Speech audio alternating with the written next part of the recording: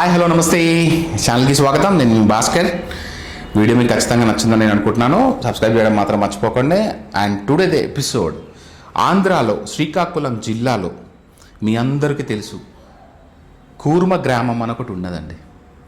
అయితే అది ఎంత పెద్ద గొప్ప గ్రామం అంటే 50 ఇళ్ళకి పైగా మొత్తం మట్టితోటి 200 సంవత్సరాల క్రితము ఒక మనిషి ఇండియాలో ఎలా అయితే అంటే మన భారతదేశంలో మన సంస్కృతి ప్రకారం ఎలా బ్రతికే వాళ్ళమో అలా బ్రతుకుతున్నారు ఆ గ్రామంలో.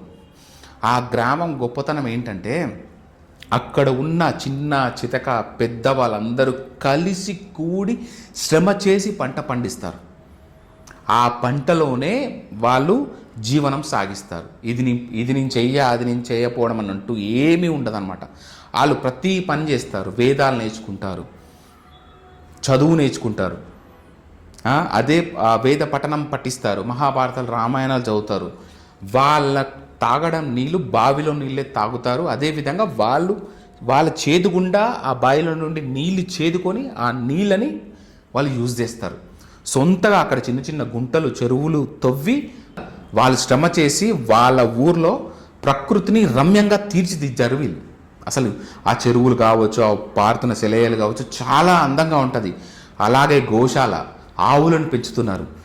ఆవులు ఈ భూమి మీద బతికున్నంత కాలం ఒకటి గుర్తుపెట్టుకోండి ఫ్రెండ్స్, ఈ భూమిలో సారం తగ్గిపోదు. ఈ భూమిలో సారం తగ్గిపోయి సాయిల్లో ఈ మీరు 0.5% మాత్రమే ఉంది అది మీరు మాట్లాడడం వినే ఉంటారు. అది దానికి కారణం ఏంటంటే ఆవుల్ని మనం పెంచకపోవడం.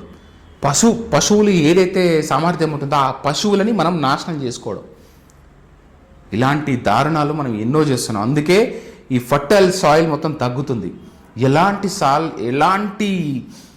సాయిల్ అయినా సరే ఫర్టైల్ చేసి దాంట్లో దమ్ము పెంచే సామర్థ్యం కేవలము ఆవుకు మాత్రమే ఉంది. ఆవు పేడ కానీ గోమూత్రం కానీ. అందుకే కొన్ని లక్షల టన్నులు, కొన్ని వేల టన్నులు సౌదీ దేశాలు కావచ్చు, గల్ఫ్ దేశాలు కావచ్చు, మన దగ్గర దుబాయ్కి సంబంధించిన వాళ్ళు కావచ్చు, ఇక్కడి నుంచి తీసుకెళ్ళి వాళ్ళు చేసుకోవడం జరుగుతుంది. ఏది వాళ్ళ పంటలు. అంత గొప్పది. మనం అప్పటి నుంచి సేంద్రియ ఎరువు అంటారు కదా. సేంద్రియ ఎరువు అంటే ఏదో కాదు. ఒక 5 ఎకరాలకి 2-3 గోవులు ఉంటే చాలండి, బంగారం పండించవచ్చు ఆ భూమిలో. ఇది నేను చెప్తుంది కాదు, సైంటిస్టులు కూడా ఇదే చెప్తారు, మన పూర్వీకులు కూడా ఇదే చెప్పవాలి. సో ఆ రకంగా ఇప్పుడు పంట పండించి ఆ పంటని డబ్బులతో కాకుండా వస్తు రూపేణ పంచుకుంటున్న గ్రామం ఏదన్నా ఉంది అంటే అది శ్రీకాకుళంలోని కూర్మ గ్రామం. అక్కడ ఇంకా ఎడ్ల బండ్ల మీద వ్యవసాయం చేస్తున్నారు, నాగళ్ళు దున్నుతున్నారు, మనుషులు కోత కోస్తున్నారు. వాళ్ళంతలా వాళ్ళే. మిషన్స్ లేవు, ఈ ట్రాక్టర్స్ లేవు, ఎటువంటి ఎక్విప్మెంట్ లేదు. మీరు గట్టిగా మాట్లాడితే అక్కడ వాళ్ళు ఫోన్ కూడా యూజ్ చేయరు. అంతెందుకు కరెంటు కూడా లేదు అక్కడ. వాళ్ళు వీధి దీపాలు కావచ్చు, ల్యాంతర్లు కావచ్చు ఇప్పటికీ వాడతారు. వాళ్ళ పద్ధతి అది. వాళ్ళు ఇల్లు కట్టుకునేటప్పుడు వాళ్ళు వాడేటి ఏంటంటే ఇటకలు, కర్రలు, మన తాడి చెట్టు, ఇవి వాడతారు వాళ్ళు. అదేవిధంగా గానుగతోటి యూజ్ చేసినటువంటి గానుగ సున్నం అది వాడతారు వాళ్ళు. అంటే ప్రకృతి సిద్ధంగా మొత్తం అప్పట్లో ఎలా మట్టితోటి ఇల్లు కట్టుకుంటారు అనమాట. ఎంతో సస్యశ్యామలమైన ఈ గ్రామంలో మీ అందరికీ తెలుసు, రీసెంట్గా మనం అందరం చూస్తున్నాం, పవన్ కళ్యాణ్ కూడా డైరెక్ట్గా మీడియా ముందుకు ఎంటర్ అయ్యి ఇక్కడ ఏం జరిగింది, దీనికి ఖచ్చితంగా పర్ఫెక్ట్ అయిన ఒక ఇన్వెస్టిగేషన్ అనేది జరగాలని చెప్పి డైరెక్ట్గా ఆర్డర్ చేశాడు. అయితే అక్కడ ఉండి నివసించే వాళ్ళు కావచ్చు, సోకాల్డ్ ప్రజలు అక్కడ ఉన్న వాళ్ళు ఏమంటున్నారంటే ఇది ఖచ్చితంగా తగలబెట్టబడింది. 150 తాడి చెట్లతోటి తాడి చెట్ల మొద్దులు ఏవైతే ఉంటాయో వాటిని కన్స్ట్రక్ట్ చేసి కర్రలతోటి, కట్టెలతోటి, మట్టితోటి సహజసిద్ధంగా కట్టినటువంటి ఇంచుమించు 1200 నుంచి 1500 మంది దాకా అక్కడ ఉండి పూజ చేసుకొని సేద తీరే ఒక ప్లేస్ని తగలబెట్టారు. అసలు ఇది ఎలా జరిగింది అనేది మాత్రం క్వశ్చన్ మార్క్. అక్కడ పోలీసుల ఇన్ఫర్మేషన్ ప్రకారం ఏంటంటే అక్కడ మేబీ ఒక దీపం కావచ్చు, లేకపోతే ఏదైనా కావచ్చు, కాలిపోవడం వల్ల అది మొత్తం ధ్వంసం అయిపోయింది అని అంటారు. కానీ అక్కడ ఉన్న వాళ్ళు కళాఖండిగా చెప్తున్నారు కొన్ని సంవత్సరాలుగా మేము చేస్తున్నామో ఎప్పుడు లేని ప్రమాదం సడన్గా ఇప్పుడే ఎట్లా వచ్చింది వాళ్ళు అంటుంది కాదు. మీరు డైరెక్ట్గా మేమంటే గిట్టని వాళ్ళు, మేము ఇలా బతుకుతుంటే చూసి ఓర్వని వాళ్ళు ఈ పని చేశారు, దీన్ని మేము ఖచ్చితంగా ఖండిస్తున్నాము, దీనికి ఇన్వెస్టిగేషన్ చేయాలని చెప్పి వాళ్ళు డిమాండ్ చేస్తున్నారు అక్కడ ఉన్న వాళ్ళు. సో ఇది పవన్ కళ్యాణ్ కూడా సీరియస్ తీసుకొని పోలీసు వాళ్ళకి ఇన్వెస్టిగేషన్కి చేయమని చెప్పేసి అతను చెప్పడం జరిగింది. అదేవిధంగా జరుగుతున్నాయని కోరుకుందాము.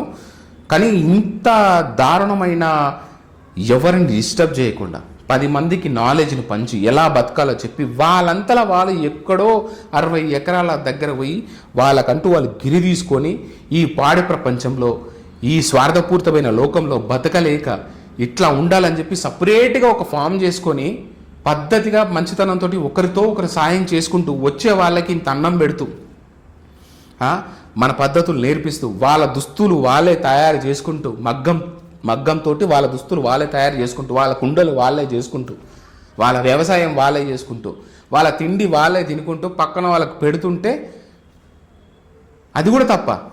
అలాంటి ఎదవలని దుష్టులని నన్ను అడిగితే ఒక్కసారి ప్రజలకి కనిపించేలాగా శిక్షించాలి. అరే ఏందిరా అసలు ఏ రూపంలో రా మనుషులు మీరు? వాళ్ళ బతికేదో వాళ్ళు బతుకుతున్నారు, 10 మందికి చెప్తున్నారు, మీకు ఏమొచ్చింది? అదే ఆశ్రమంలో ఉన్నప్పుడు చాలామంది అక్కడికి వచ్చినప్పుడు అన్నం పెడుతున్నారు, మీరు ఇస్తేనే వాళ్ళు ఫండ్స్ స్వీకరిస్తున్నారు. అది కూడా దేనికి ఉపయోగిస్తున్నారు? వాళ్ళు మంచికే కదా.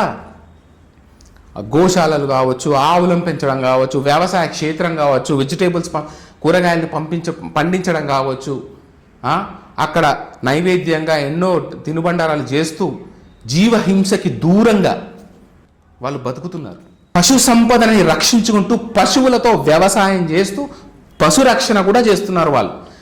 ఇలాంటి వాళ్ళని మనం కాపాడుకోకుండా మన పనులు మనం చూసుకొని మన జీవితంలో మనం సీరియస్ అయిపోయి వదిలేస్తే మాత్రం అది కర్మ పాపం అండి. మీ వంతు మీరు చేయాలి. మీ వంతు మీరు అట్లీస్ట్ సోషల్ మీడియా త్రూనో లేకపోతే వీడియో త్రూనో ఒక ట్విట్ వేయడం త్రూనో మీరు ఖచ్చితంగా సపోర్ట్ చేసి తీరాల్సిందే.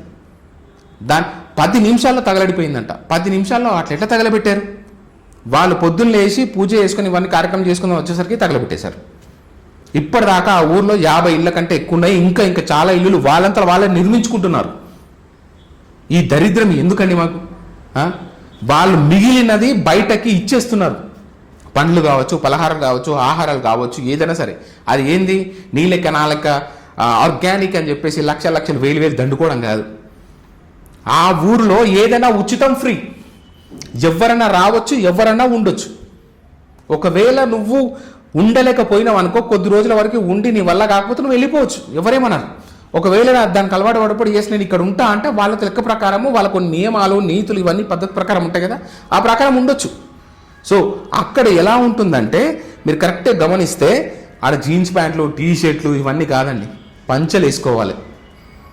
పంచలు వేసుకొని వాళ్ళు నేసిన దుస్తులు వాళ్ళతోటే ఉండాలి. అక్కడ వాతావరణం చూస్తుంటే చాలా బాగా అనిపిస్తుంది. ఆ వాటర్లు కావచ్చు, ఆ బావులు కావచ్చు, చిన్నపిల్లలు ఆ బావిలో దూకి స్నానం చేయడం కావచ్చు, ఇంకోటి ఆ పెద్ద మనుషులు ఎవరైతే ఉన్నారో ఆవులు కాయడము, వాటిని మళ్ళీ ఇంటికి తోలుక రావడం, చిన్న పిల్లలు వ్యవసాయం చేస్తుంటే ఆ పల్లీలు ఏదైతే మనము గ్రౌండ్ నట్ పండిస్తాం కదా అవన్నీ వాళ్ళు తీయడము, వాళ్ళు సొంతగా పనిచేస్తుంటే ముచ్చటగా ఉంది. ఇలాంటి మంచి ఊరిని నాశనం చేసే ఎదవలని ఫస్ట్ ఆఫ్ ఆల్ నాశనం చేయాలి. వీళ్ళని మనం కాపాడుకోవాలి, ఈ రూట్స్ మనం కాపాడుకోవాలి. సో ఫ్రెండ్స్, ఇది కూర్మ గ్రామం అనే ఒక ఊరు ప్రజలందరికీ ఎగ్జాంపుల్ అనమాట. రేపు పొద్దుగాల ఇదే మనకు ఒక దిక్సూచి కానీ డిక్షనరీ కానీ కాబోతుంది ఇలాంటి విలేజెస్. వై? బికాస్ మనం అన్నీ మర్చిపోయాం, అన్ని మెషినరీ టెక్నాలజీ ఇవన్నీ వచ్చాయి. వాళ్ళు ఏది వాడరు, కరెంటు వాడరు, మొబైల్ వాడరు, ఏది వాడరు. రేపు పొద్దుగాల మన బ్రతుకులు ఏంటి, మన భూమి పని అయిపోయిందా అంటే నాకు తెలిసి మళ్ళీ అక్కడి నుంచే మనం జీవనం కొనసాగించే అవకాశం కూడా ఉండొచ్చు, చెప్పలేం. ఎందుకంటే ఒకటి గుర్తుపెట్టుకోండి మీరు, గిరిజాతి ఆవులు అని సమయం కొన్ని ఆవులు ఉన్నాయి ఫ్రెండ్స్. బ్రెజిల్లో ఇక్కడి నుంచి ఆ ఆవు అక్కడికి వెళ్ళింది. ఆ ఆవు అక్కడికి వెళ్ళిన తర్వాత బ్రెజిల్లో ఇప్పటిదాకా రికార్డు స్థాయిలో పాలిచ్చే ఆవది. దానికి కృతజ్ఞతగా దాన్ని కొన్ని లక్షల్లోకి పెంచారు వీళ్ళు ఆ ఆవులని. కానీ మన దగ్గర వాళ్ళ దగ్గర లక్షల్లో ఉన్న ఆవులు ఇప్పుడు మన దగ్గర వేలలో కూడా లేవు. సో మనం ఎక్కడికి పోతున్నాం? ప్రపంచం మొత్తం మనం ఆదర్శంగా తీసుకొని వాళ్ళు మన సేకరిస్తుంటే మనం మాత్రం ఈ మిషన్లకి, టెక్నాలజీకి, ఫర్టిలైజర్స్కి వీటన్నిటికీ అలవాటు పడి మనమే చంపుకుంటున్నాం. ఇలాంటి ఒక క్రమంలో జనాలందరికీ దూరంగా ప్రశాంతంగా ఒక ప్రకృతి వాతావరణంలో జీవిస్తున్న మనుషులని మనం నాశనం చేయడం ఎంతవరకు కరెక్ట్? సో ఫ్రెండ్స్, దీని అందరూ ఒకవేళ అదే కనుక నిజమైతే ఆ యదవలను పట్టుకొని శిక్షించాలని కోరుకుంటూ thank you so much. Pawan Kalyan గారు ప్లీజ్ సపోర్ట్ చేయండి. సనాతన ధర్మం పేరు మీద చాలామంది యదవలు పవన్ కళ్యాణ్ తిట్టారు కదా, మరి దీని గురించి ఏం మాట్లాడతారు? ఇట్లాంటి విషయాలు ఎక్కడ జరిగినా ఏం జరిగినా సరే కింద మీద మూసుకొని కూర్చుంటారు చాలామంది. ఇట్లాంటి విషయాలు ఎవ్వరు మాట్లాడు.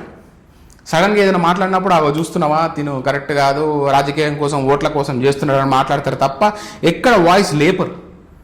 దానికి తోడు మనకే యూనిటీ లేదు. కాబట్టి మనం ఇట్లానే సస్తాం. అట్లీస్ట్ కొంచెం మనం మేలుకొని మనని మనం కాపాడుకోవడం అంటే భూమిని కానీ, పశువులని కానీ, వ్యవసాయాన్ని కానీ, మనుషులను కానీ బ్రతికించుకుంటేనే ఈ భూమి మీద మనిషి బ్రతుకుంటాడు, పక్షులు కానీ జంతువులు కానీ బ్రతుకుంటారు. కాబట్టి అది మన కనీస ధర్మం. మతానికి దేనికి సంబంధం లేకుండా మనిషే బతకాలంటే ఇట్లాంటి వాటికి మనము ఎదిరించాలి, సపోర్ట్ చేయాలి. Thank you so much friends.